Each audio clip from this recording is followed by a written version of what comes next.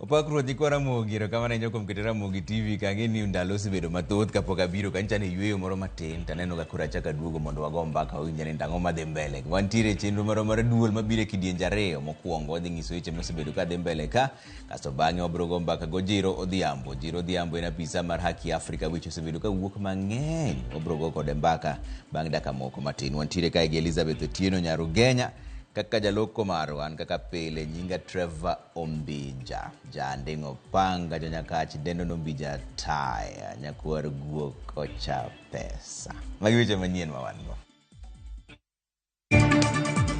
They were found photocopying the papers and exhibits have been taken.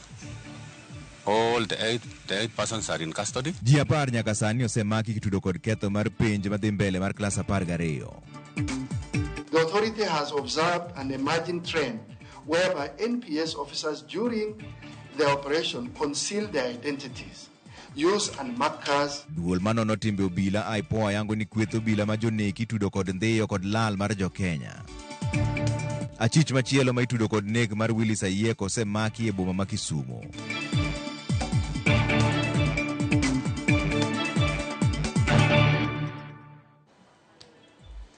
Erokamano winjo pachi 2-3-6-0-0. Duol mochung' ne ng'iyo tije obila pacho kae miluongo ni IPOA onyiso luoro ni nyalo bedo ni nitiere kweth mar obila moyiedhi mosebedo ka ndhiyo kendo lal kod jopiny e bwo dweche 4 mokalo.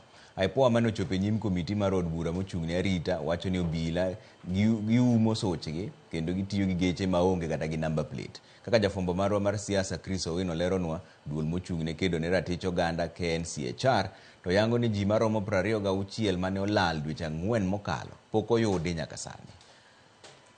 Higni 2 bang' piny owacho mar Kenya Kwanza kao loch kendo ketho bad obila moyiedhi mag okwach kich mong'ere kaka SSU ewi nek ma aoyaye mag jopiny, duol mochung' ne tije obila e pacho kae IPOA onyiso luoro margi ni kweth machielo mar obila moyiedhi nyalo bedo ni ema osebedo ka ndhiyo kendo lal kod jopiny e pacho kae. Abduction, extrajudicial killing. Jata tije maduong' mar IPOA Helema Halake oyango ni gisebedo ka giluwo kweth moro mar obila mosebedo ka tayo tijegi ka giumo suchgi, tiyo kod geche maonge number plate kaachiel kod tiyo kod geche man kod number plate mag miriambo.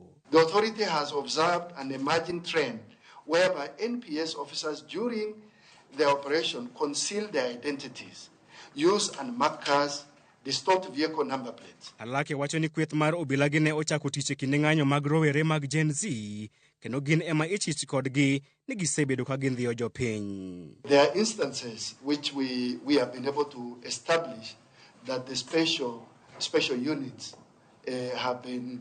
we've been able to confirm. For example, not necessarily deaths, where a kidnap has happened or alleged kidnapping has happened, and we've been able to investigate, and clearly from investigation is pointing to the special units. When a person is taken to court and then a person is abducted from that court, I mean, where are you free?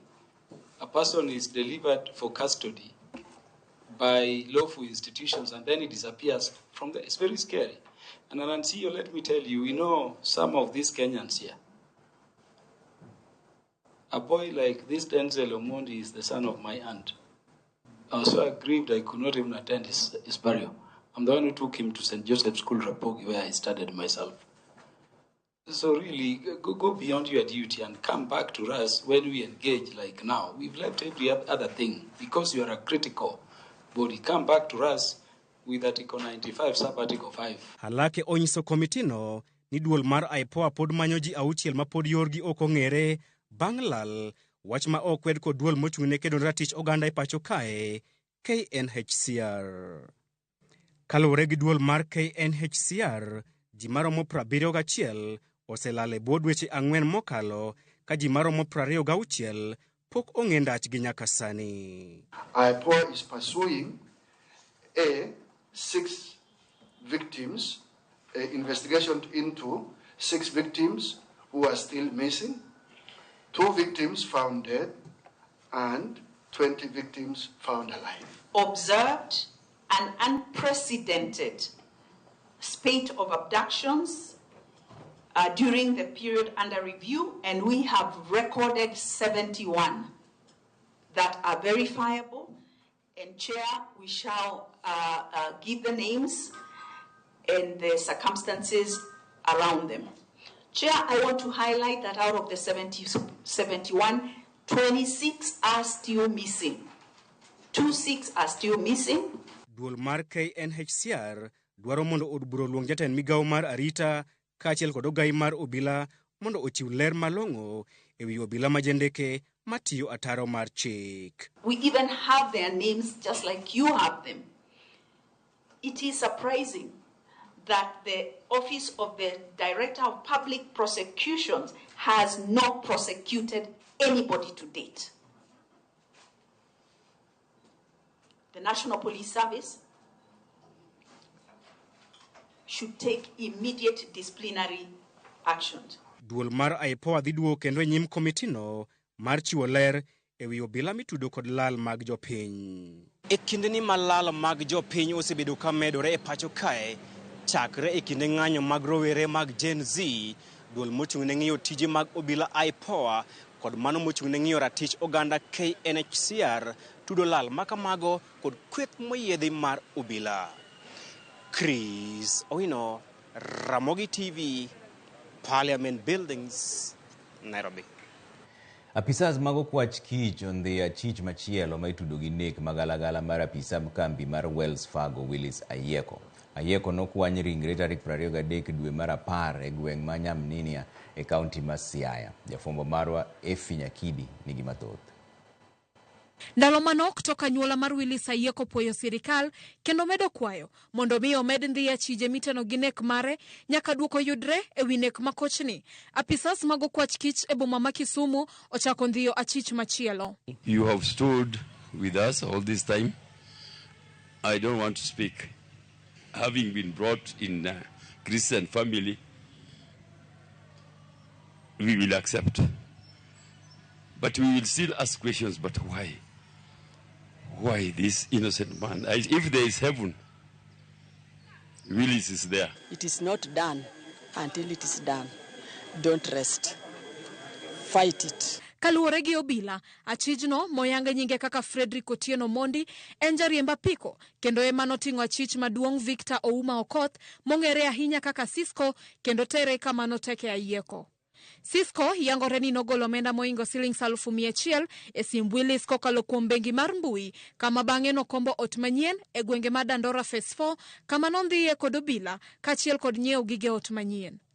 Ringre Ayeko nokwanye gwenge ma Nyamninia sub-county Mayala toka ne ochwal lipot mar lal mare kochakore tarik 18 dwe mar 10 higani. Kochopo sani, achich ariyo osewito ngimagi tok rakruok kindgi kod obila ka Cisco to pod odine tesend obila. Magi timore e kinde ma obila pod dhi nyime gi timo nonro matut mar fwenyo gino manomiyo nega Ayeko e yo magalagala. Efi Nyakidi, Ramogi TV, Nairobi. Kwa kani ni jodito mawuok e sectors mopogore opogore dwaro mondo nywak lwedo e kedo kod midhiero mar nek mar joma mine mamedore pacho kae. Magi dwaro ni otim kokalo puonjo oganda e weche bero ng'iyo kind chwech duto, ma bende gidwaro ni kanisa oyie mondo jomodak owere kaponi lwenje mag kit chwech odonje dak. Jafwambo marwa Cynthia Onyango miyo ler. Kata obed mana chiel, ok en mana kwan to ngima miyo ma olal kokalo e lwenje mag kit chwech. Kwan makoro kelo luoro mathoth kendo buogo dongruok mar anyuola ka gisani to onenore mathiro uchumi ma pacho ka wach mokelo buok e chuny jotelo kod jochiw thieth. We attend to more than 4,000 survivors every month of violence. But you see, when the 97 die, and that's not a small number, but there are very many others out there who are maimed, many others that are unreported. Ywak osebedoe ni okenge moromo kendo manyalo konyo e kinde malach okosemi maino.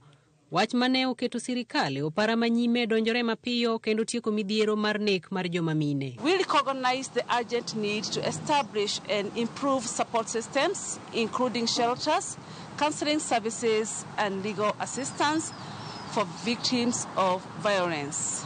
A collective commitment was made to enhance community outreach programs aimed at changing harmful cultural norms and promoting gender equality. Jagoro mongirore e migawo mar chwech kod jiwo tend joma mine Anwa Ng'ombe ka oloso e lo jotelo manyoyuoro e romono, owacho ni romo margi oyango dwaro mar chuogo chike marito chwech kaachiel kod chiwo arita makare ne jogo ma oketh ratichgi e kind sir mamoko. The stakeholders emphasize the need for robust legislation that not only punishes offenders but also protects victims and survivors of gender-based violence. Nek mar joma mine kod lwenje mag kit chwech bende ne oyangi ni kelo midhiero mathoth e ochumi ma pacho kae. The businesses need to realize the economic burden of gender violence, the non-productivity even by the time we are getting to femicide. The femicide, which is very, very high, one is too many. But when you look at the pyramid, is actually the iceberg is huge. Moses Kuria ma en jachiw paro ne sirikal e weche mag ohala olero ni dwaro nitiere mar keto twak kinde duto kaka yo mar puonjo oganda weche lwenje mag udi ka jalupo gai mar obila Eliud Lagat to chiwo siem ne achije mag nek makamago. We are not only going to be talking about violence and femicide, only when some cases occur, then we go quiet until the next, sad loss of life. Criminal cases that are not going to be acceptable in our society. And crime is a crime. From where we sit as the National Police Service, the many cases that we've been reported, there are over 90 cases that have been reported are actively under investigation. Kaka okang' mar loso winjruok kendo kelo ng'iyo malong'o, jotelo gi ochiwo ote moyiedhi ne joma chuo. I want to talk to all the men as a fellow man. Violence is not a weapon of power. You do not become more powerful than because you are violent. If you get someone who gets power from being violent, it's actually an inferiority complex. All the assistant chiefs, all the Nyumba Kumi, they will be held responsible for cases of gender violence that happen within their jurisdiction because everybody must play their responsibility. To all men, treat every woman the way you'd like another man to treat your mother. Cynthia Onyango, Ramogi TV, Nairobi. Jatatije maduong' e duol mochung' ne penj pacho ka endi nek miluongo ni David Jengere oyango ni gibiro kawo okang' mager ne ng'ata ng'ata mibiro yudi ka kwalo penj mar KCSE ma higani. Ma endi timore sama pisa moko 8 omaki e kaunti ma Homa Bay ka itudogi kod kuo mar penj mar klas 12 manochakore nyoro. Millicent Adhiambo miwalera. Jatelo no noloso e kaunti ma Murang'a e seche mane otelo ne chenro mar pogo tese mag penj odiochieng' mar 2 kawuono nyaka ne KCSE chakre. Jengere oyango ni jokanyo mochung' ne kedo gi kuo penj obedo akicha mar neno ni onge chochni moro amora mabiro bedo kinde penj ma higani kolero chike moketi mar neno ni chenro mar timo penj odhi kare. What we want to emphasize for the good conduct of the examinations is that the rules are very, very simple. That this year we have monitoring officers who are going around the whole country, and we have insisted that as soon as the vehicle carrying the materials enters the school compound, that gate remains open until when the vehicle leaves with the examination materials. That's a simple rule to follow. And we want to appeal to all the center managers to make sure there is 100% compliance. Maetimore e sama obila e kaunti ma Homa Bay omako jopuonj 8 mag skund sekondar ma Pala Masogo e kar chung' od bura ma Homa Bay town ka itudogi kod kuo mar penj. Jalup komanda mar obila e sub county ma Homa Bay town Emmanuel Kiplagat yango ni jopuonj go ma oting'o jatend center ma itime penj go, jorit penj kod jopuonj ma ondik gi board mar skund no ne ondhi e kinde mane gidhi nyime gigolo kopi mar otese penj mar chemistry. An incident which occurred yesterday concerning malpractices in Pala Masongo Secondary School, whereby some teachers were found photocopying exam paper, chemistry. Multi-agency team, hit us total the officers from the education sector and security, managed to arrest 8 persons. Kiplagat olero ni jopuonj go mani ondhi odhiambo manyoro ibitere doho bang' ka obila osetieko timo nonro mage ka okoni migawo mar somo ne osetero jorit penj manyien e skund no kendo jopuonjre dhi nyime gi timo penj margi. The center manager, vigilators and POG teachers, exhibits have been taken.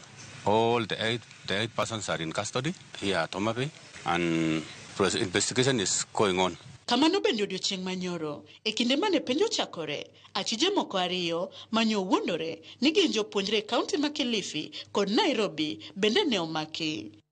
Jatatijo mar NEC, David Njengere, okwayo jopuonj manono penj mondo dhi nyime kod tijgi makare, kowacho ni duolno onge kod teko mar medo chudo mar omenda mabalang' ma ichulo jopuonje matayo kaka itimo penj. We of course appreciate the work that invigilators and supervisors do, and whenever the budget allows us, we will always be willing and ready to increase those rates. For now, we will stick to the rates that were increased last year because the budget will not allow us to increase beyond there. E kaunti ma Kakamega, lit kod kuyo okwako gweng' ma e Panja e kar chung' od bura ma Mumias East bang' japuonjre ma jahigni 19 mane ochopo mar timo penj mare e skund sekondar ma e Bubere wito ngimane apoya nono. Kaluwore kod familia mare, gilero ni wuodgi moyang nyinge kaka Kalistus Wamboe kod nyawadgi mane joduto timo penj margi mar KCSE higani ne owuok gokinyi ka ngima ka siling kadhi timo penj kapok ne giyudo wach ma ochuoyo chunygi mar tho wuodgi. Nikakimbia huko na wenzangu, nikapata mtoto amefariki, wamepepa ampeleka mochari hapa. Nikaambia baba yake, ni ukweli mtoto amefariki, ako mochari. Ni mshtuko, mshangao mkubwa sana kubata ya kwamba mtoto ameaga kwa hiyo njia ya kikafla. Niko na uchungu mingi sana. Wakati nilifika shuleni hata sikupata mtoto, naambiwa tu mtoto ako moko. Giparo wuodgino kaka nyathi manerie kainya mane yudore mane kinamba achiel kod ariyo. Ringre japuonjreno okane kar kano ringre ma St. Mary's Mumias kuma orito bero mar yango gima dine kel thone apoya. Millicent Adhiambo, Ramogi TV. Wadhi yweyo moro machuok koduogi weche manyien bang' dakika moko matin kik dhi mabor ahinya. 3:06 naneno kuoro oteu kaendi makamu kani Kisumo kanyo wacho ni Trevor Mos na PS Raymond Omolo nyise ni take charge in office mar interior. No, there is no vacuum in politics. Kamano makamu. Ramogi TV Mabarak Ndama wuod wath ong'er kadem gima ng'eyo ni piny renga riwa gadieri awuoro sana kamochomo. Mos na baba na Joseph Ndama ogweyo gi mama na men Lily wachne ni quick recovery. Kamano ahinya Barak. Duol manabi wuod Onguta mar Ruang' Neno Migori County Ramogi lera dua akwayo ne nyara Marian na Kinyi awe maber e penj modhi timo Siro Girls. Amoso jodolo na Omolo Olem joute na kaka Angeline gi Davin. Kamano ahinya wakwayo awe maber ne jo nyithindo te matimo penj mar klas 12 mar KCSE. Kik dhi mabor ahinya duogi weche manyien bang' dakika matin.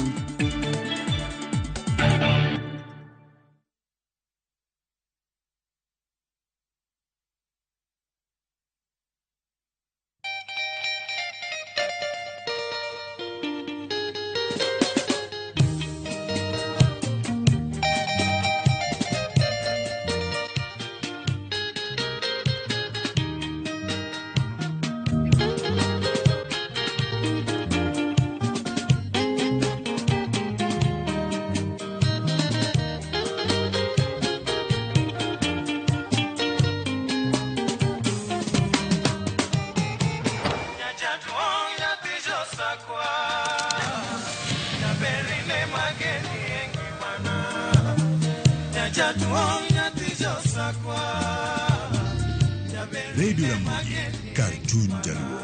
Radio Ramogi.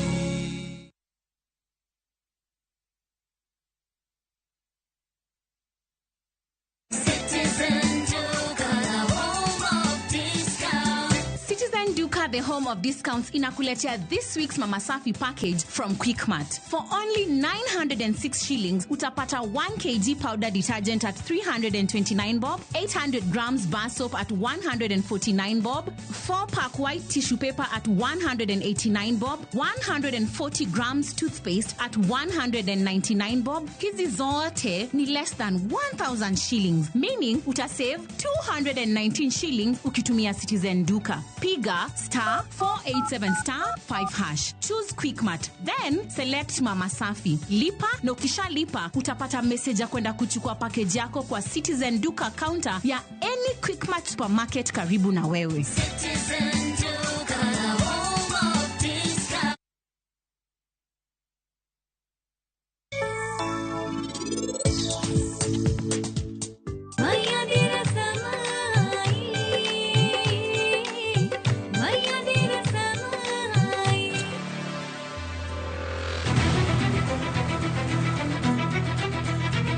Seher, I love you, Seher. To onge kata odiochieng' achiel ma an anyalo timo ne gik ma kamago. An gi wach moro maduong' ahinya kae. Bende ing'e ni Kunal ooro ne Seher voice message moro kanyo. Ting'e ni mano ok en voice message. Mano en time bomb.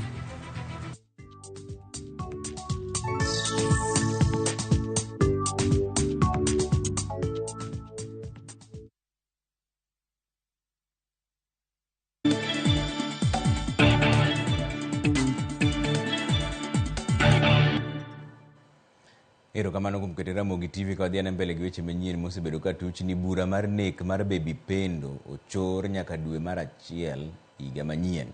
Bang' 2 kuom achije 12 rem chope mbele doho kawuono. Mohamed Ba ma en achiel kuom achijego ne olal. Kamachielo bende okinde ne onyiso doho ni ne obedo matuo. Jang'ad bura Lilian Mutende koro luongo gai mar obila Douglas Kanja mondo chope nyime kendo ler gimomiyo obila pok omako Mohamed Ba nyaka kawuono. Manyien bang' ka okinde mar Baby Pendo kod joma moko 39 manohiny gi obila tok yiero mar higa mar 2017 nyiso doho ni sirikal nigi teko mar timo pedha kendo mako Mohamed Ba ma osebedo ka olal kuom thuolo mar higni 2 koro.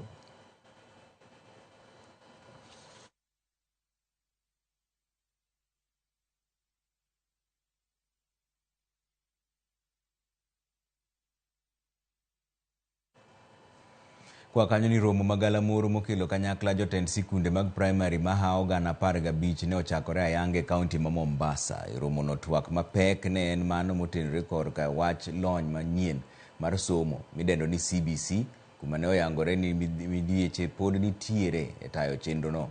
Kendo jafwambo mar Mombasa Joja oko miyo ler mar wachni. Miche kod miche mag jopuonj primary e sikunde mag piny owacho e pacho ka ne oyore romo magala moro Mombasa ma bende ne okelo kanyakla jogo manie sekta mar somo.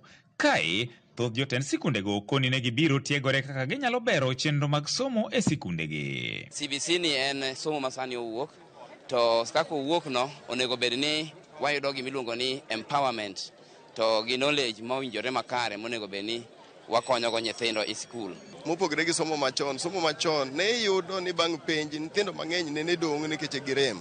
Somo masani wach moro nyathi oremo onge, en mana ni dwaro to line man monyalo donje mondo kiny obed dhano. Jopuonjgo ne bende otiyo gi thuolono mar chwalo ng'ur ewi moko kuom midhieche magikale to chutho kaluwore gi lony manyasani mar CBC. Sama nyikelo capitation manyikelo mar sirikal mikelo ni skunde pod tin, to kata kikele to kobiye wang'sa, to mogi kata kobiro to pesa biro matin ma samoro ok nyal miyo head teachers nwang' gima dang' gitim manyalo kenyo konyruok. Tabu moneno maduong' especially in physical facilities. Kuom ranyisi sani wadhi bedo gi grade 9 to thoth skunde pod onge classrooms.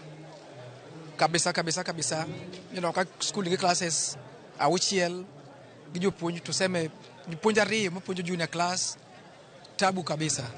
Nitie the presidential working party ne oweyo issues moko mondo parliament mondo tim nyaka sani wadhi higa mar grade 9.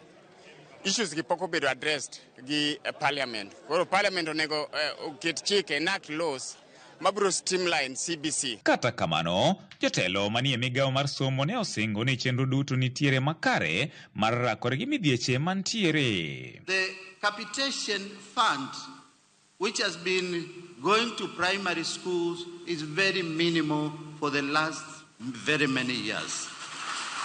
Though the chairman said that he saw in the newspaper or in the media of the recruitment of 20,000 teachers, it is not in the media.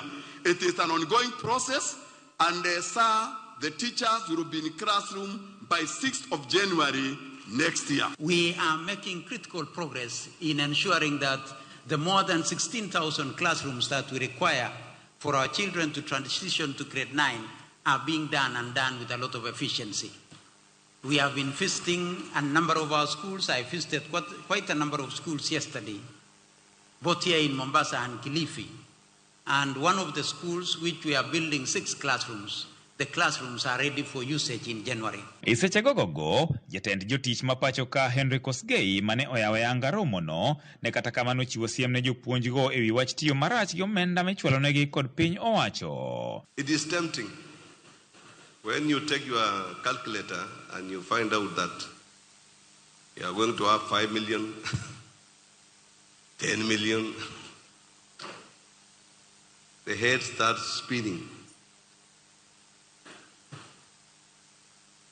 And you can easily find ourselves when we are walking along the road, whenever a vehicle passes, you'll be asking your friend, "Iyo gari ni shilingi ngapi?"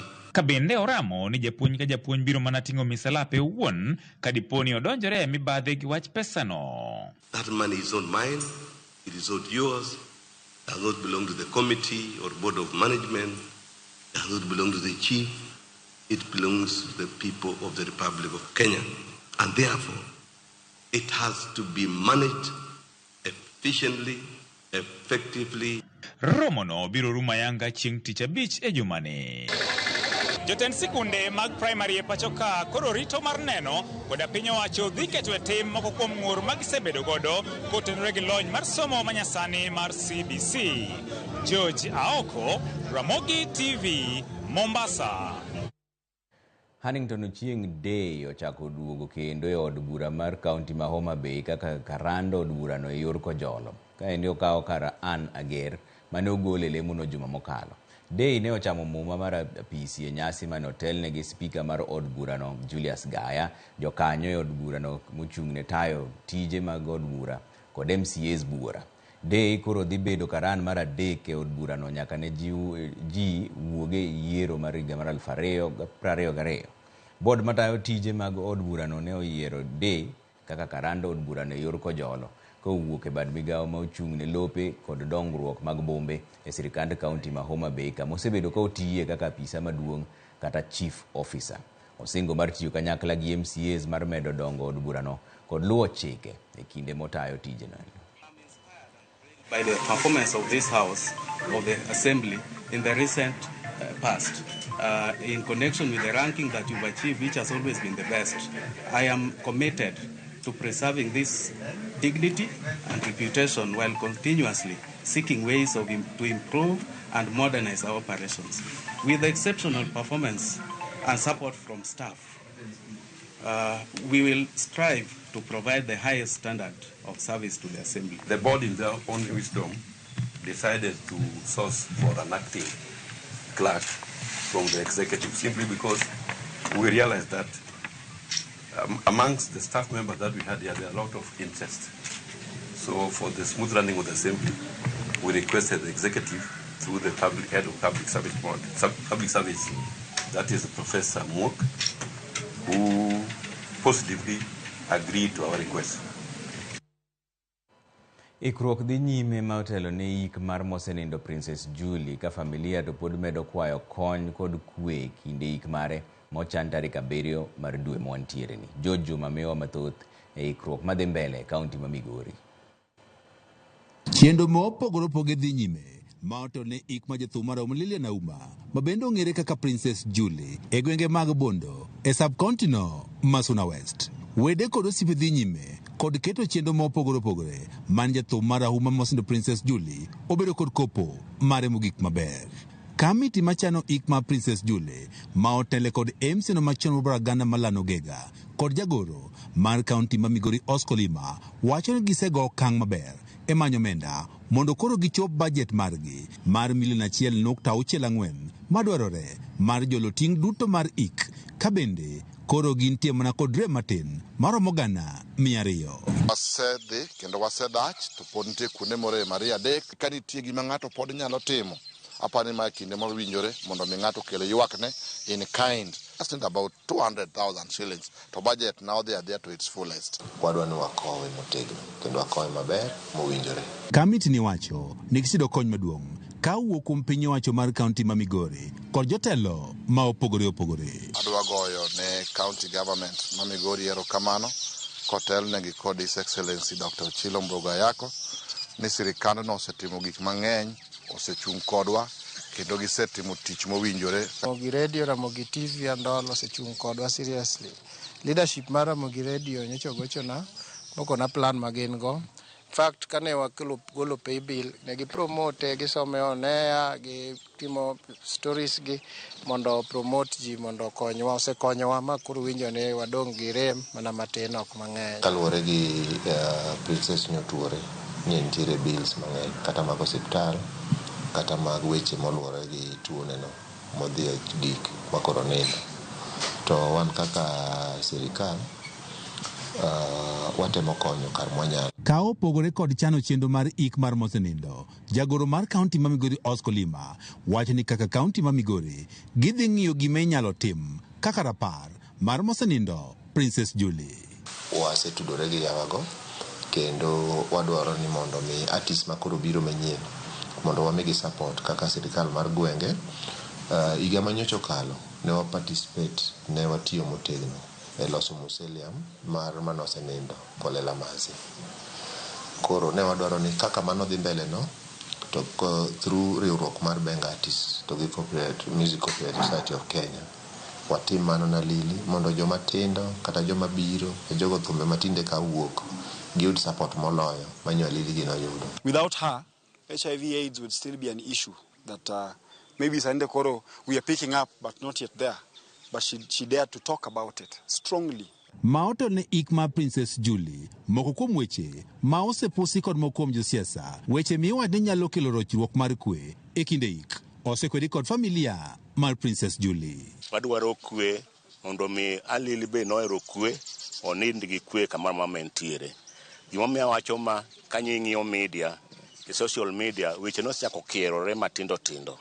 Manyo okomiyo wamor wan kaka jok man gi lit e dalaka.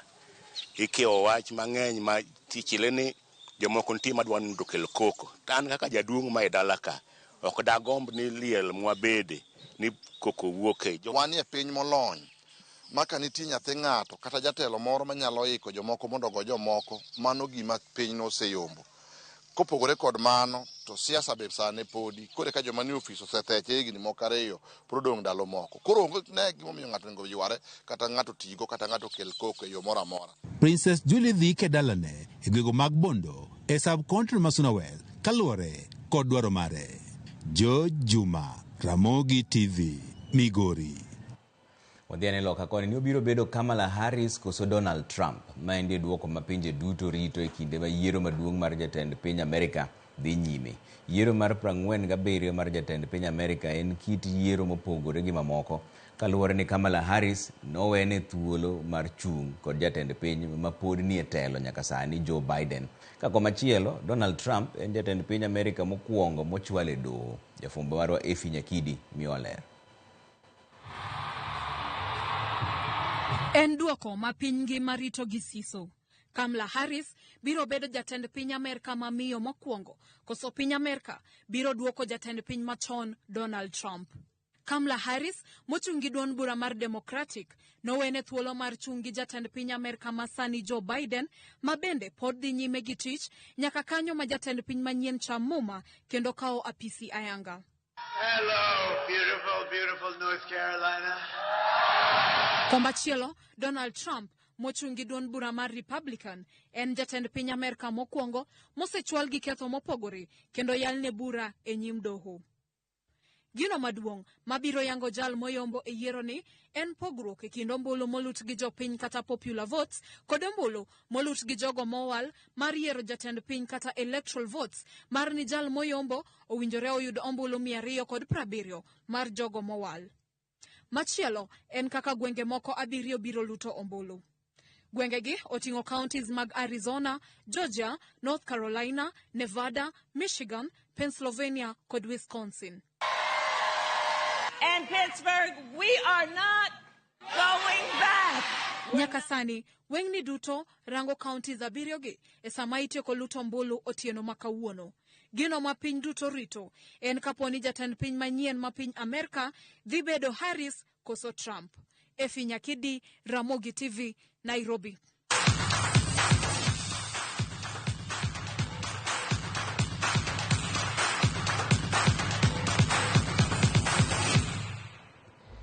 Nakuru watigo gi weche mag tuke ni yiero mag riwruok matayo tuke mag adhula pacho ka ndio kayo ka jogo malaro kombe mopogore opogore riwruogno osewuok oko kendo timo campaigns magi. James Opondo chenro makende kolonwa sigand Doris Petra ma en achiel kuom jogo mochung' kata doko ni jatend migawo mar tuke Kipchumba Murkomen to wacho ni jalup Petra men Nick Mwendwa ok bi yie ni chung' e lemo mora mora.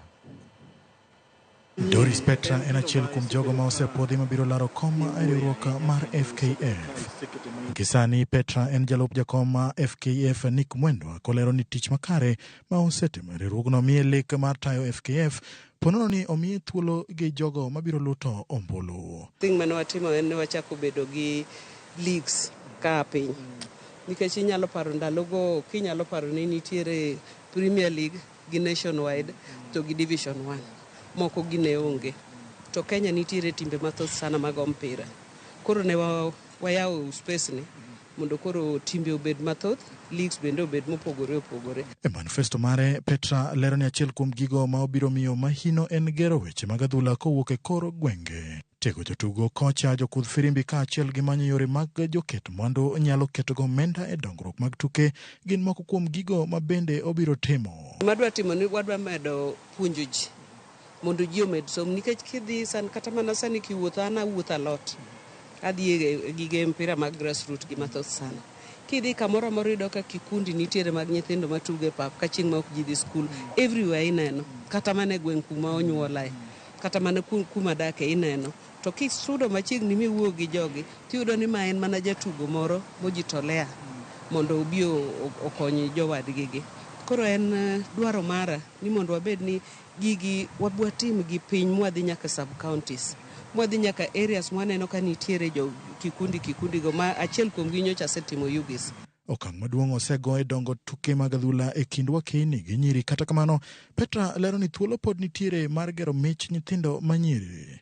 Tim Kenya jotugo ma higgi ni piny mar 17 chopo kendo tugo tuke mag pinje duto higani en ranyisi ni ponono ominyi dendi thuolo, Kenya nyalo chopo e tuke madongo higa ka higa. Ka wantiere office, wabiro dwaro kaka wanyalo strengthen kindwa gi skunde. Mondo skul ka skul mondo otuge. Nikech I believe ni nyathi onego kata ka en gi talanta mare motimo to nyaka somo. To kendo yudo ni nyithindo te ok ng'ato ka ng'ato en empowered e book moro mae talanta ne. Koro kama e talanta ne, kwa tugo gi schools biro bedo gi ong'eyo, ginyalo identify ni nyathini ber ka kata nyathini ber ka. Koro mano biro konyo ahinya.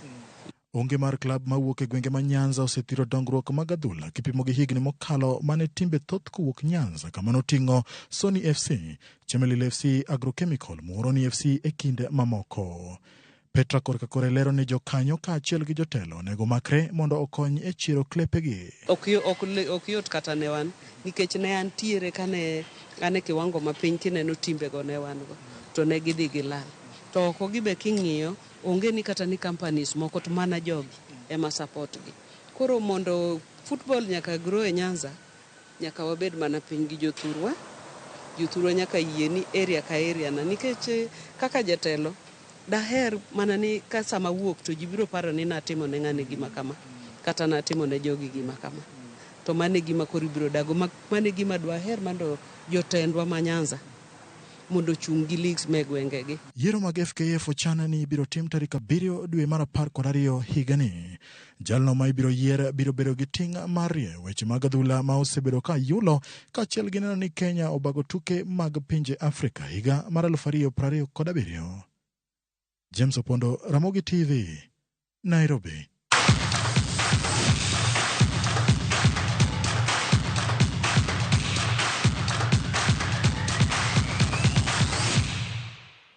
Bas waloko kombe daka matin ko duogo to chako mbake chenro mar duolo Odhiambo Jiro nitiere ka en apisa mar Haki Africa kod Charles Owino men jatend duol mochung' ne lo sirikal kata National Communication Center chon bende nen jaloso machon mar obila. Obrogo kod mbake wach moro mawuok ka endi duol mochung' ne ng'iyo tij obila pacho ka IPOA onyiso luoro ni nyalo bedo ni nitiere kweth mar obila moyiedhi mosebedo ka ndhiyo kendo lal kod jopiny e bwode chang'wen mokalo. Obrogo winjane to en adieri koso oyo kik dhi mabor ahinya.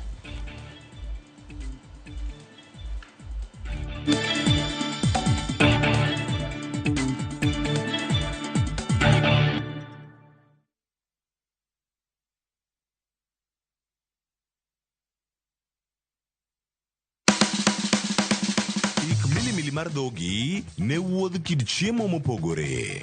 Koro kwa keto pi, gichwakore. Gitedo itime nyaka obed makare gi suya kod ndhadhu mamit. Kitedo to dwaro ni ndhadhu go duto te mondo owinjre. Omiyo kihero chiemo in jatedo kata mana ng'ama ohero tedo, tudri kodwa tich adek juma ka juma e chenro mar tedo gi chiemo gi Jailieta.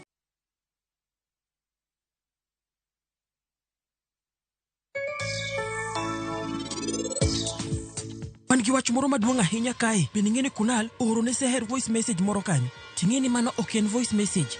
Mano en time bomb. Let's open big doors that harbor progress. In all the places that we are. KCB ni yangu. KCB ni yetu. KCB ni yetu. For people, for better.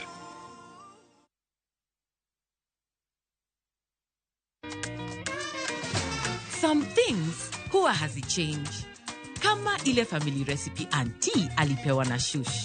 Kama kujenga mwili na kuharibu jina. Wacha kujaza chakula kwa mdomo, hakuna mahali kinaenda. Kama kulisha our favorites kwanza. Kama kujipakulia top layer. And welcome to Pecan Arena. Na kama ladha tamu ya chakula kilichoandaliwa na Rina vegetable oil.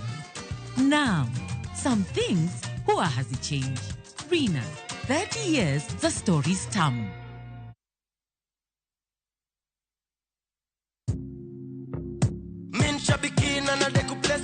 My name is John Dungo Mwangi from Subukia. I've been participating in Aviator for quite some time. I've been praying that one day luck will be on my side. I will continue playing because there are stakes there that are higher than what I got. I won big on Shabiki Aviator. Changamkia Aviator on Shabiki.com. Not for persons under the age of 18. Authorized and regulated by BCLB license number 428.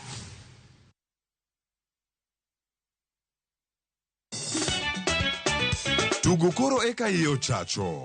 Party is a party. Ka gik moko medo mana fwenyore, to ngima bende medo bedo matek e boma maduong'. Gimora mora ma Nyasaye omiya. Okawene jachien. Yud mor e ngimani kokalo e gik matindo. Onge ka mwaluoro bwana ochiel chunye ni waketi pile wacha. Nia nengi manyarko chia. Kod osiepene kachiel kod joodgi. Kata let ne jiere ya lak chogo. Ok ginyal weyi ma ok inyiero. Ero jomahero walo. Ero ng'at manyisa gik moko. Nyarko chia. Tich abich ka tich abich, saa 1:55 otieno. Mana e Ramogi TV.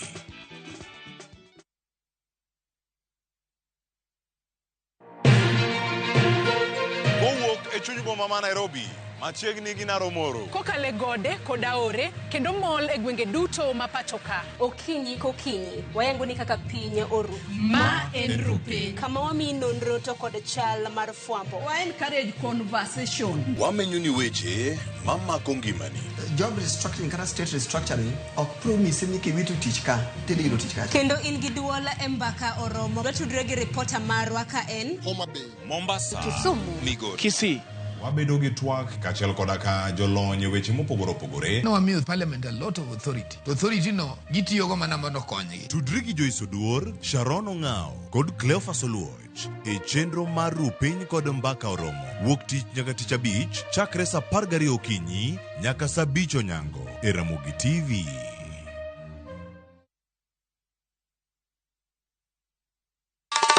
Ma e chenro makeloni danji maliet. Ma e chenro makeloni weche mamolo seche duto. We are only beating job. Kik od belo bai. Kawuono an kod moral mar mdakel belo kaka winjore. Ma e chenro makeloni duond yawuot onagi. To wakwayo rowere bende kiyudo matin kik icham te ikungo. Duond mine Ka jaodi miyo nigi pesa malo dichuo.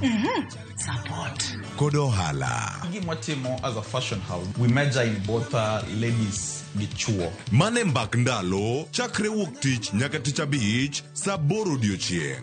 Mane Ramogi TV.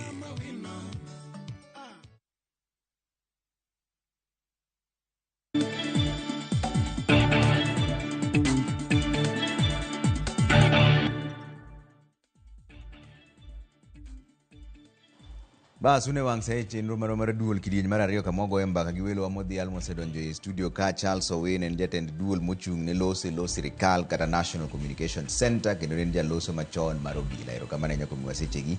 Odhiambo jiro bende nitiere ka en apisa mar Haki Africa. Erokamano nyako miwa sechegi. Charles, wachaka ne kodi duol mochung' ne ng'iyo tij obila pacho kae miluongo ni IPOA. Kawuono ne nie od bura. Ne giwacho ni nitiere luoro ni nyalo bedo ni nitiere kweth mar obila moyiedhi mosebedo ka ndheyo kendo lal kod jopiny. In ndalo manitie gi obila be nitiere kweth ilano koso ma en mana iseyo obila ka yien? Ing'eyo IPOA en duol mar sirkal, ichulogi gi sirkal, ondikgi gi sirkal, ondikgi mar ng'iyo tich ma obila timo in terms of excesses, ka ginyalo timo timbe moko mag njori kata gik mok ni kare. To bende ong'igi bende ni ginyalo ng'iyo weche malure gi welfare mar police. Ginyalo dhi to giwacho ni sirkal ni polise wagi ok odak maber, gidak e ute maricho, ichulo gi pesa matin. Mano be gitimo. Koro gitimo both ng'iyo gik ma polisi nyalo timo against japiny mok ni kare, excesses, or ng'iyo bende welfare mar obila. To gima timore ni ka giwacho gima chalo kamano, en gima nyalo wacho ni very sensitive. And en gima okoro be ni wacho kionge evidence. Okinya wacho ni nyaka bedi gin gi that authority mar investigate police. Ka giwacho ni nyaka bedi, rubeni ginyisowa ni police makama gi police makama otimo gima kama kata ondhiyo ji, because gin gi power mar investigate police. To sama giwacho ni dipo, dho msungu wacho ni an act of defeatism, nyiso ni ok gi understand tijgi maber. Rubeni gikelonwa ne jopiny facts magiseng'iyo maber maginwang'o ni mae gima timore. Niwach chakre chon ok sani, obila seria margi wacho ni gipogre gi jolweny. Obila bedo gi gimiluongo ni individual responsibility. Kitimo gimoro marach to idil kodi kaka an individual. Ang'o miyo iwacho kamano? Iwacho ni jolweny katimo gimoro gibedo gimiluongo ni collective responsibility. Nwa jalweny ok nyal kata go bunde easily koko bedo instructed mondo tim.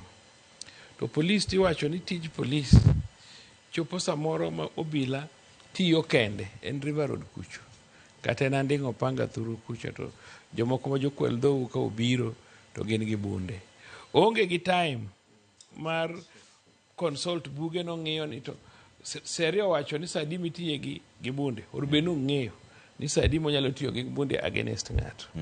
Bende onge time mopenjo go jatenda ni ago ng'ato kata kik ago ng'ato gi bunde nani.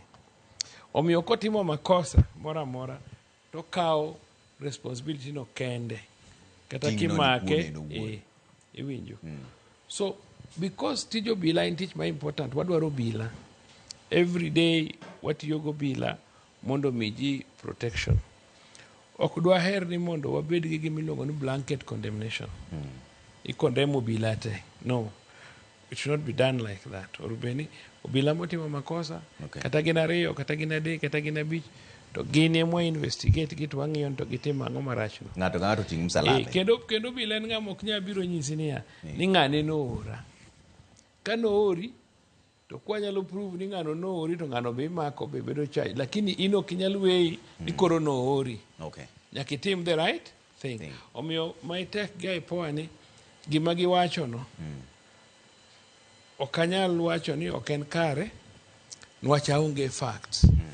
Lakini ng'iyo mara makare okor beni giwacho ni dipo. Okor beni gise investigate ma gimiyowa facts kaka en ni obila makama gima kama nyocho timo kama. Kendo wase recommend mondo mak gin, wach gi recommend pile imako obila through recommendations mag IPOA.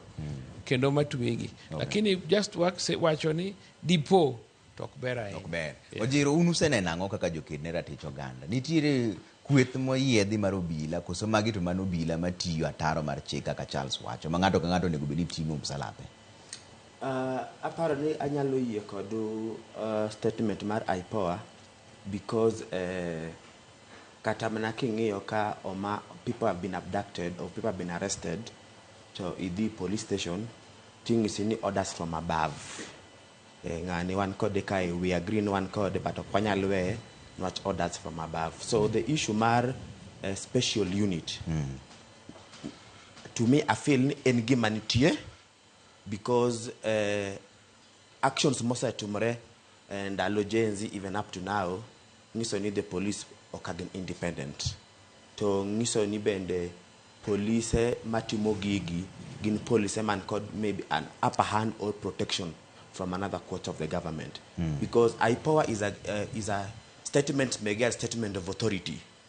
You know, it is not a CBO, Moromalo, so Kolali ama Ugenya. So this is a government institution, must speak authoritatively. So I think the statement Mara IPOA katakopon or run short of being specific or kakane jakom machokai. I think it is a wake-up call. It is provoking deeper conversation. Because weche ma IPOA wacho kubor kod weche ma Kenya National Commission of Human Rights no wacho.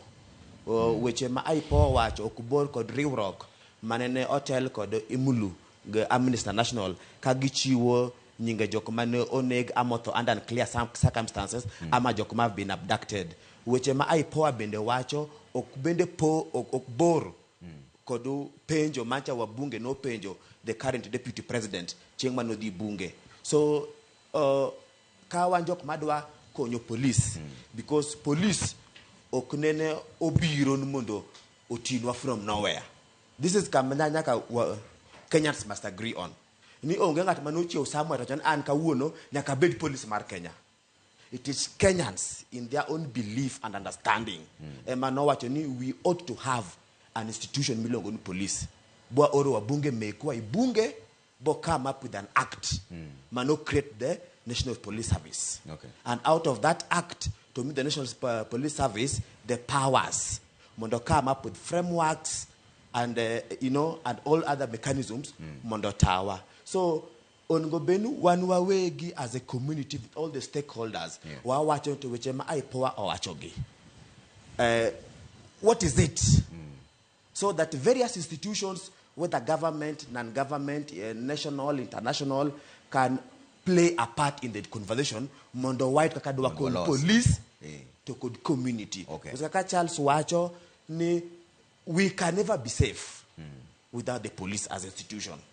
And it is true, the mandate of police, the issues of maintaining law and order, protecting our territorial integrity, which make a peace.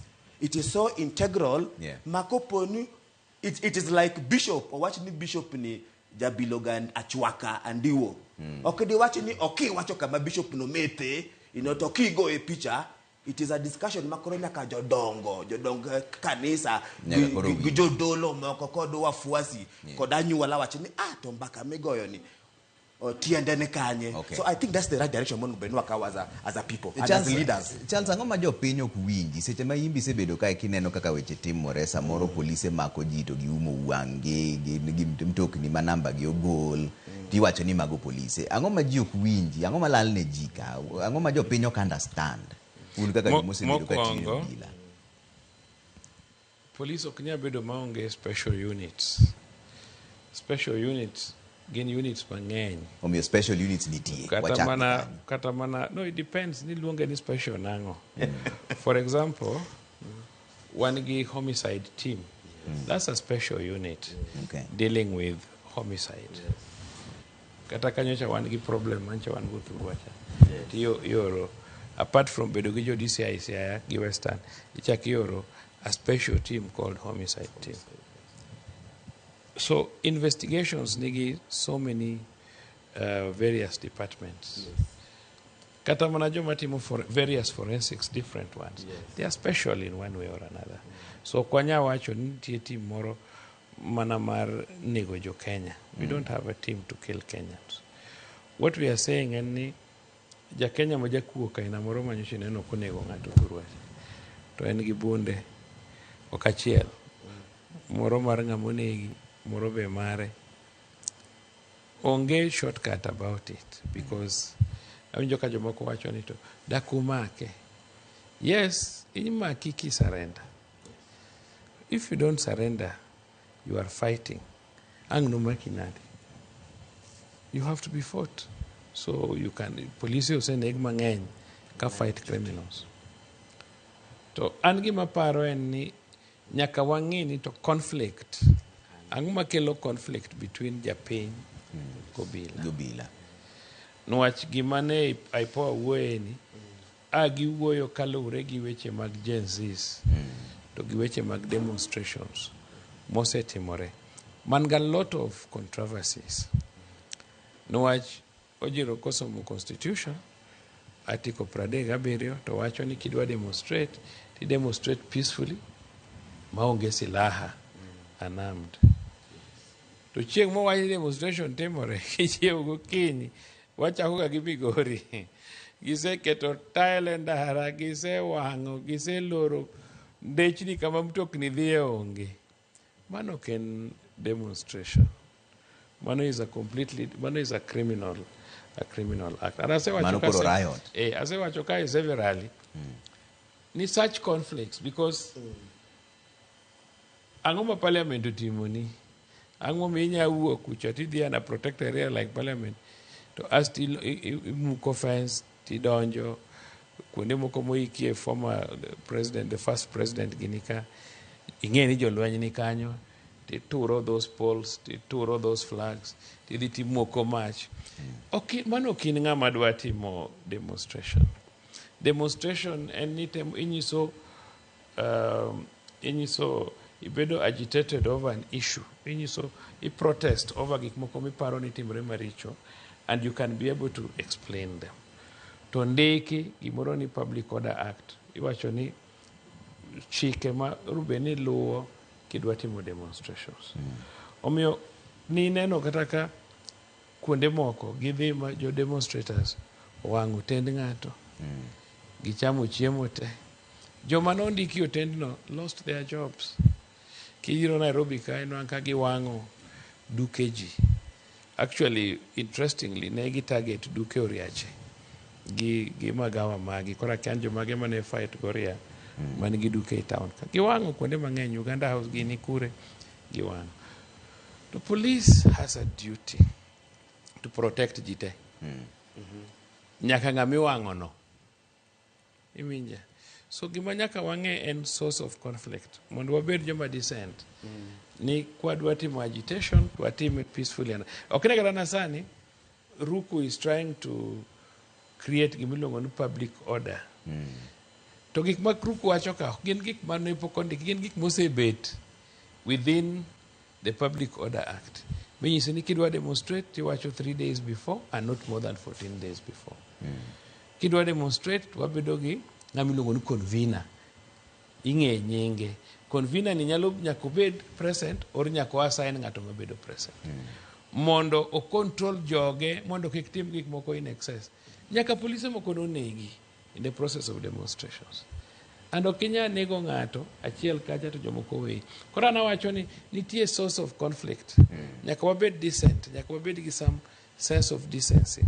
To kane waweya Kenya, ni koro police oweya ni jo demonstrate, ni koro ji odhi State House gi riembo president. Joma dwa riembo president giwacho ni gin faceless, nameless. Kori pendo kata ka giriembo president, to ng'ano madhi bedo president. To bende on top of it, constitution ma giwacho ni giluwo ni wacho nang'o. Constitution ma Kenya wacho ni kidwa golo ker tigole within what? The constitution. Yeah. Either otho, deputy ne tiyo, or githo gite, okel speaker, irito yiero, or udhi e ballot, ugole. Kasa ni America kawuono yiero. Omiyo source conflicts go e mwawe. wabedu ni gimoro kitimo titimo within the law, and wabedu joma nyalo condemn both sides. Police kotimo marach, nyaka wawach ni police otimo marach. Ok wanyal yie ni police timo gik maricho. Ni to wang'iyo to waling'aling'a ni police. Tij police en protect japiny.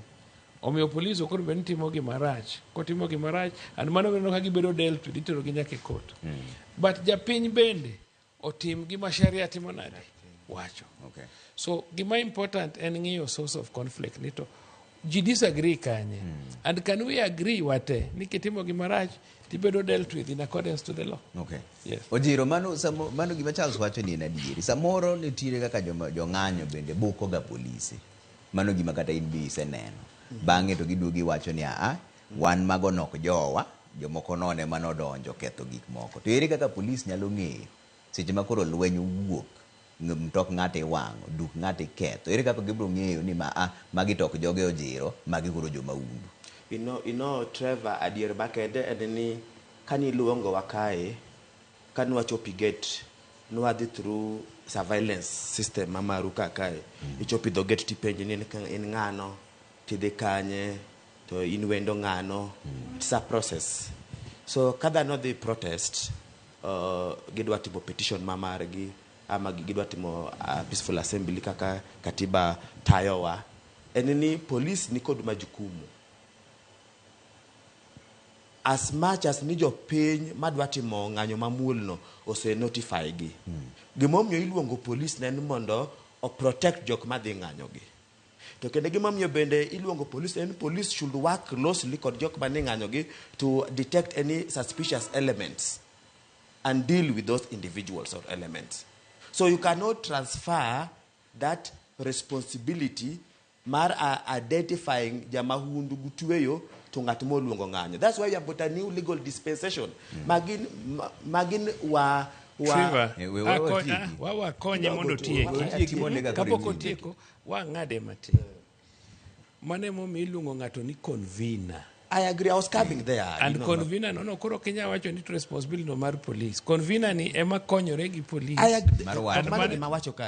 So let me just finish. So one responsibility mamondo kikao wani oru maber. To police ni kod greater responsibility. Niko poni jamahund odonji girwani to deal kod jogo according to the law. So you cannot transfer that responsibility because responsibility, the laws have given it to the police as we are aiding and supporting. But the greater responsibility, it is like Dalit and Maru Dala. And in this situation, it is the police. Marario, ayoko wacho ni wate one code equal responsibility.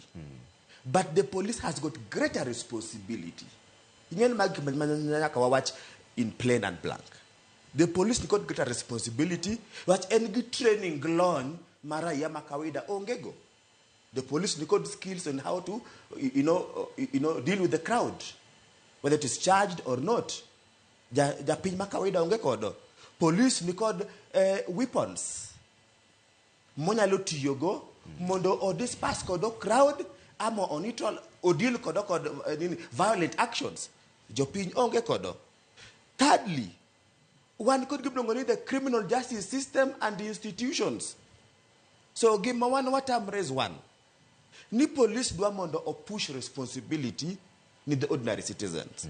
To mara rio ni police achiel ni odwa mondo en mobed arresting officer, to bed investigative officer, to bed prosecutor, to bed judge, to bed prison officer. We are saying every officer have got a duty. Koro sitema gi morotimore. We strongly believe in the fidelity mar katiba. Wawachon ka gi morotimore. Ng'ama nendo pango kikao cha. En nyaka luonge mondo bende dadhoge. Was kikao neno mare. Mondo bende ong'is wan at what point did hell break loose. So masiche magi wacho ni onge nying gin faceless, gin formless, gin tribeless. No, you know the issue of faceless, tribeless was a tactic. It was a political statement. It was a tactic. Because was saying regimes mose bet kabiro. En koponu otieno wino ko wachoni we demand accountability. Sega kama Mr. Owino Gede to wachoni magojo luo. So the young people were saying, do not respond to me as a Luo. Do not align me with a tribe. I am a human being. I am a Kenyan. I'm a patriotic citizen. And more important, listen to my issues. So Maka were tactful statements to circumvent the state strategies on silencing the young people. So it is not on the issue of protest. And if anything, maandamano manetumre Nairobi kakai. If I may give an example, Rex Masai, who was known as one of the Gen Z leaders, I'm giving a simple example. One could young people like that lawyer, Ma was disappeared, but the tortured could go. Another example, Bob Jagi, negi committing a crime, and if anything, if there is any individual mo commit crime, Sharia wachonange. Dongi make, dongi book isel, dongi yaone file. Kaiwa ineno sufficient evidence, give witnesses moromi, dongi teri prosecutor. Prosecutor kopwode, dongi tere court. So angmomio, gimomio aye kod ai power enenya. Gilos about the police excesses.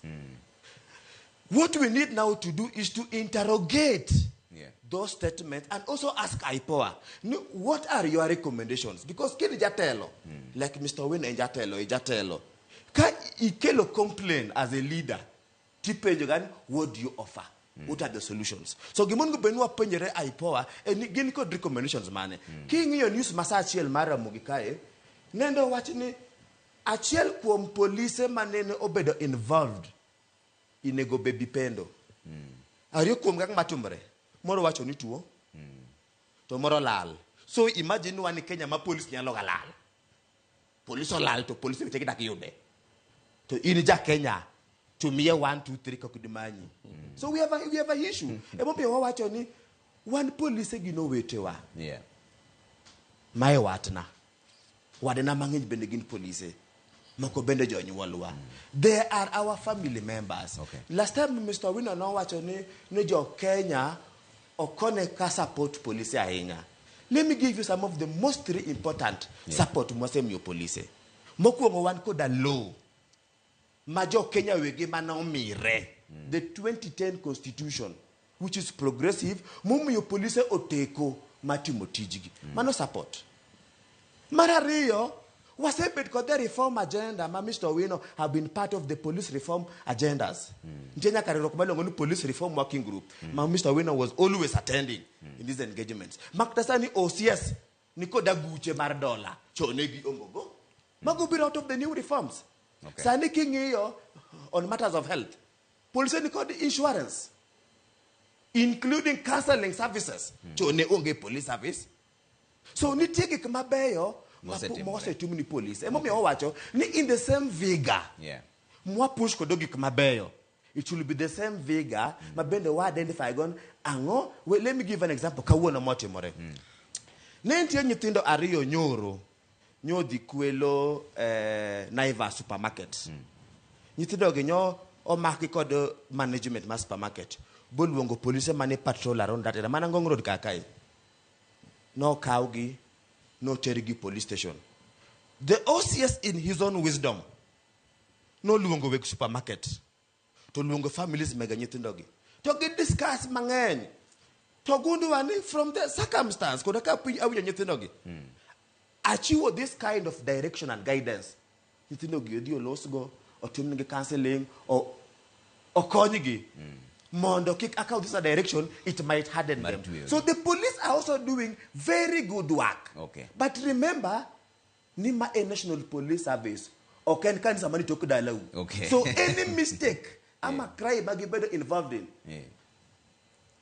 Tuomo change your pain because again that's the first line of defense on matters of protection of human rights and fundamental freedoms. Charles Angoma koro nyakatimre sani mondo mi be jo pain gi police uti kamoro achiel. Good question. Jopiny gi police tiyo kamoro achiel. Joma owach gin activists. Jopiny gi police are working closely together. And ji mang'eny kata mana ojero ni sani kobedo ka ng'ato buoge ka the first stop en ka police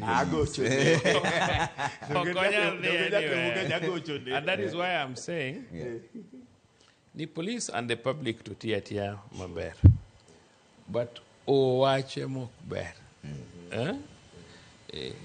ki owache ahinya we are agreeing ni polise moko timo marach kata an police kosona ok ni kata an police okosna police kosona pile gikosone wedena but those are individual people and we talk to them wawuoyo kodgi wanyisogi no mae ok tim kama mae timo kama so gima nyalo wacho en ni ne wachako gimoro ni community policing community policing ne en ni jurisdiction ka jurisdiction nigi crimes like kadhi gweng'u kadhi nyakachi one of your biggest problems en kuo between un gi jolang and therefore benu ng'eyo ni roots mage ma jolang oluwo kata roots mage ma jo uluwo kadhi kwelo kalang and through community policing or bedni ji osebet piny e gwenge chiefe assistant chiefs jogweng kata ma ji owinjre ni ginyalo kata mana timo chon kabisa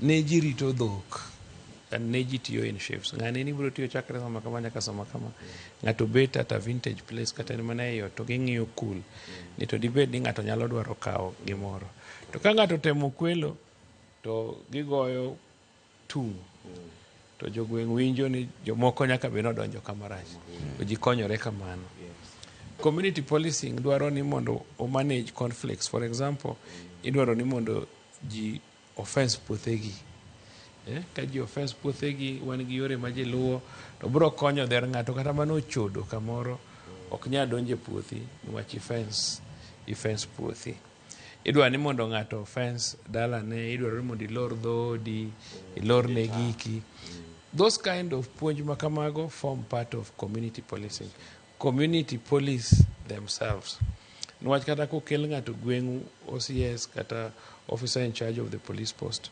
orubenu ng'eye en Kamau en Cheriot en Onyango en ng'ama kama mondo ung'e ni ng'ano matiyo gweng'wa ka so the moment mung'eyo polise go gi nyinggi and you interact with them it's very difficult mondo gibi gi harasu kata mondo cost ni wach gitimre nade ging'eye omiyo police is important to the public mondo gi provide protection mane ominwang'o ka seche mang'eny kata kopo ni utero police kamoro kaka kane yawo police stations manyien o promote police posts inyalo paro ni ne wagolo kanga polise mag kanga general duty ma odwok mang'eny ka uniformed police Kenya police as to post stations mag kanga go nolok police posts inwang'o ka jotelo mang'eny kata MPs biro ni wan gweng'wa wan gi police station waonge mtoka gidwaro mtoka mondo police ni okonygi in terms of what in terms of patrol so inwang'o ni sometimes gima koro kelo shida nyaka thurwa kamwae ji ohero chwaka nyaugenya koro ka ji chwaka to koro police be kobiro to koro kar mondo gi patrol gi geng' weche mag maundu tinwang'o ka gihero dhi kachwaka kucho seche giyude gimoro matin but kachwaka kuno bende joma nie lony mar obila wacho ni achwaka go are not good because jomoko kosedhi kachwaka ka gisemer giduogo ka gilewo jokuoge makogi negogi tong'ogi koro promote crime koro mago bedwa ni mondo bed controlled nchi neno ka issues mag drug abuse alcohol abuse kelo weche mang'eny koro those controls dware but now the problem en ni kopo ni police nyalo dhi to mako ji adieri to tero ng'ato e cell to tere e court tigoye fine to is okay but ka koro loke kare mar juoko odhi kuro okawo mana pesa to dhi to jogi to weyo mago gin gik makelo image marach but through community policing jogweng' nigi right mar dhi wacho na pana ok wadwar ofisa ma kama wacho timo kama lakini ka police be nyalo timo tije maber mo make sure ni there is security e gweng' ibonong'o ka relationship mar jopiny gi police biro bedo mana maber jopiny mang'eny be ing'e ni timo like koro mama nachwako kong'o to kong'o ne puonjago emoterago e skul. Kitoyo agul mare ma ipuko konge, to makosa to timo, but en ofil ni koro itieke e ground. Owe kaka nyathine biro dhi e skul. So gin small conflicts manyalo bedo resolved. Okay. Yes. Gi dakika achiel kende ka koro watieko, in kineno tang'o ma nyaka timre, dakika achiel kende, wasawa koro mawa. One, kaka wino wacho ni we need to improve relationships between ordinary citizens, police and all the stakeholders modak in a community. But again, the back again stops kodu the police service. The leadership and the individual police, they should do things that give honor to the service, to the office, and also kagitimo gik mabeyo to mano bende inspire confidence. So it is a two-way traffic. And also more importantly, ang'o miyo ng'eny polise ma otimo mahundu pok oter inyim doho ama pok oter inyim doho ama pok omaki. There's an issue in terms of the law. Nwach sani mondo police kata ka ipo osenoni, aipo akanyal maki. Again, the arresting must come from the IG. So that legal challenge, bende MPs mekwa needs to look into mondo witu ma legal review. And lastly, when the leadership of police behaves in a manner moklochik, like the former IG or Kudwadi court, then mano bende koro miyo even the junior officers bende watoni jatelo notimo so I strongly believe ni jopiny will do their part. We will pay taxes, we will engage in community engagements, we will try mondo wines walos kod jogwa mondo wa shrink pool meg criminality, but jokumanyaka inspire the confidence and that engagement is the service itself. Daga chiel wach mogik. Gima dwa nyiso jiro ni onge chieng' ma IPOA ose make recommendation mondo ter police court ma IG odagi. Mano ken adieri. Abo woyo matin mondo yud nafas mondo nyisa one example. Ma IPOA so recommend mondo ter ng'ate court ma IG odagi mako ng'ato mondo dhi e court, because most of these cases ma IPOA recommend gi, IPOA ok recommend gi ni IG, IPOA recommend gi ni DPP. DPP ema oro recommendation mondo mark officer mondo tere court. Omiyo police mako ji pile. To bende ok nyal chiwo power of arrest to civilians. IPOA gin civilians. Ginyalo make recommendations. Nyaka wabed gi one channel of people who can make arrests, because Katamana police now is in several divisions. One is police ma CID, one is police ma general duties, and the police bentie different ranks. Tie OCS, tie OSPD, tie Koplo. So what I'm saying, any system Marwama is running now is okay, and reported together with police who promote community policing. Kamantie makosa must be resolved. But give me doing mugik any Kenyans. Police could be the last point of resort. Ma ibiro ira tikona niyo nyithinda makamoti mama ber nto ngane to rem. Ni korea mondo the police can committee ka jomorem. Police deal with all sorts of things might require very intelligent people to do. We still want the best brains, Mondo Ndike police, and we will also fight Mondo Police obedi best remuneration. Mondo bed teach mais attractive. Asen is opele, nitij laktar. Doctors to money mortuary like those mortuary attendants, but because they are paid a lot of money, it's a good job. So actually police should be paid well. For Dwabro mondo watim a lot of business, wabed jomo meu jio pur puothe gi ojiro kikiwe wa puothi ka kiwe puothi oyugno dala cha ipuro manya ki udano uge puotha kaka cha kama hiyo diambo jira bisa mara ki Africa chance wino tunde lo sirikal National Communication Center kama ni kombi wasichi wabro nendre kendo sadik.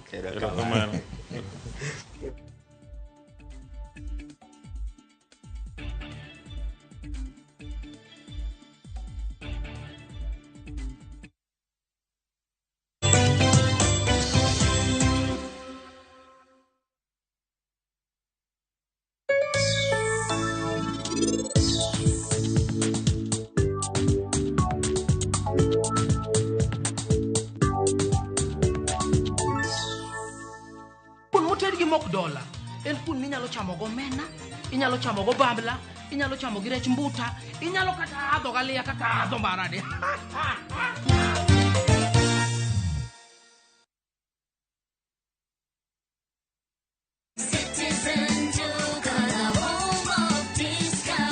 Najua unapanga kwenda shopping. Citizen Duka na Quickmart inakuletea ofa mpya ya mama mpenzi. For only 1,765 shillings unapata unga ya ugali ya 2 kgs at 109 bob, unga ya chapati 2 kgs at 149 bob, mchele ya basmati 2 kgs at 649 bob, sukari 2 kgs at 279 bob, mafuta ya kupika 2 liters at 539 bob. Hizi zote ni less than 2,000 shillings, meaning una save 332 shillings ukitumia Citizen Duka. Piga *487*5#. Chagua Quickmart, then chagua mama mpenzi. Lipa na utapata message ya kwenda kuchukua package yako kwa Citizen Duka counter ya any Quickmart supermarket karibu na wewe.